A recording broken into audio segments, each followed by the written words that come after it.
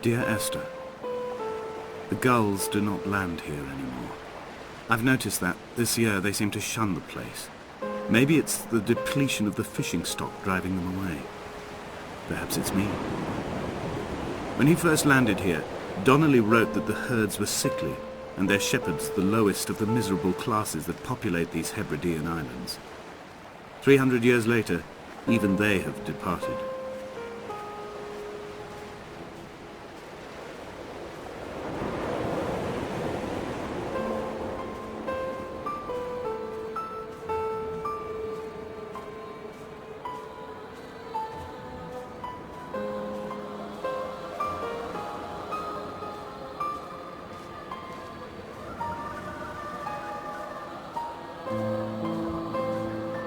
Donnelly reported the legend of the hermit, a holy man who sought solitude in its most pure form. Allegedly, he rode here from the mainland in a boat without a bottom, so all the creatures of the sea could rise at night to converse with him. How disappointed he must have been with their chatter.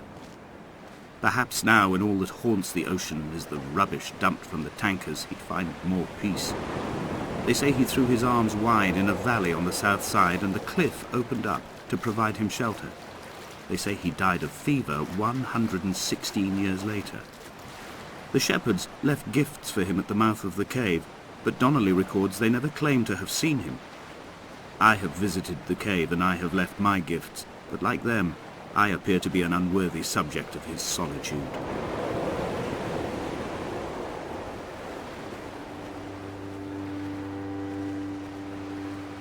When you were born, your mother told me, a hush fell over the delivery room.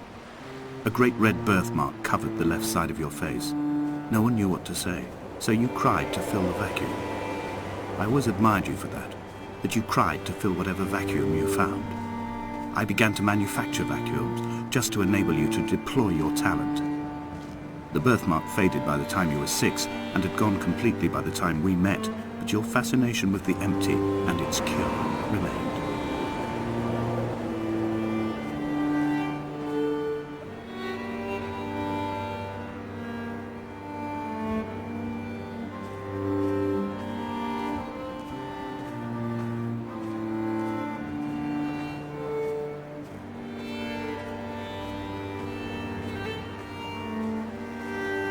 Donnelly's book had not been taken out from the library since 1974.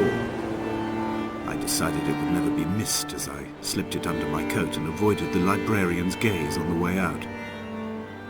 If the subject matter is obscure, the writer's literary style is even more so. It is not the text of a stable or trustworthy reporter.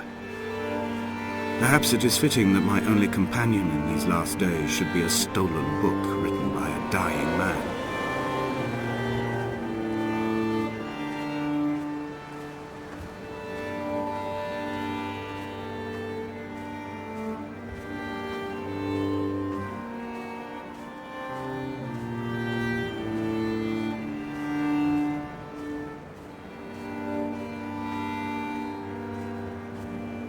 When someone had died or was dying, or was so ill they gave up what little hope they could sacrifice, they cut parallel lines into the cliff, exposing the white chalk beneath. You could see them from the mainland or the fishing boat, and know to send aid or impose a cordon of protection, and wait a generation until whatever pestilence stalked the cliff paths died along with its hosts. My lines are just for this. Keep any would-be rescuers at bay. The infection is not simply of the flesh.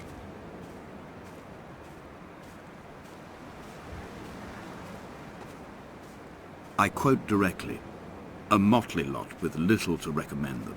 I have now spent 3 days in their company. That is, I fear, enough for any man not born amongst them. Despite their tedious inclination to quote scripture, they seem to me the most God-forsaken of all the inhabitants of the outer isles. Indeed, in this case, the very gravity of that term, forsaken by God, seems to find its very apex. It appears to me that Donnelly, too, found those who wander this shoreline to be adrift from any chance of redemption. Did he include himself in that, I wonder?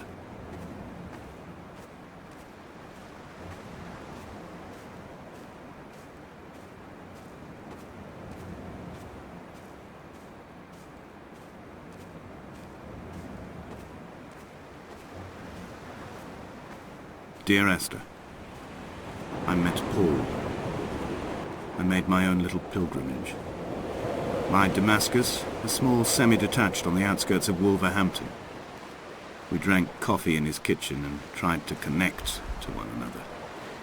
Although he knew I hadn't come in search of an apology, reason or retribution, he still spiraled in panic, thrown high and lucid by his own dented bonnet. Responsibility had made him old. Like us, he'd already passed beyond any conceivable boundary of life.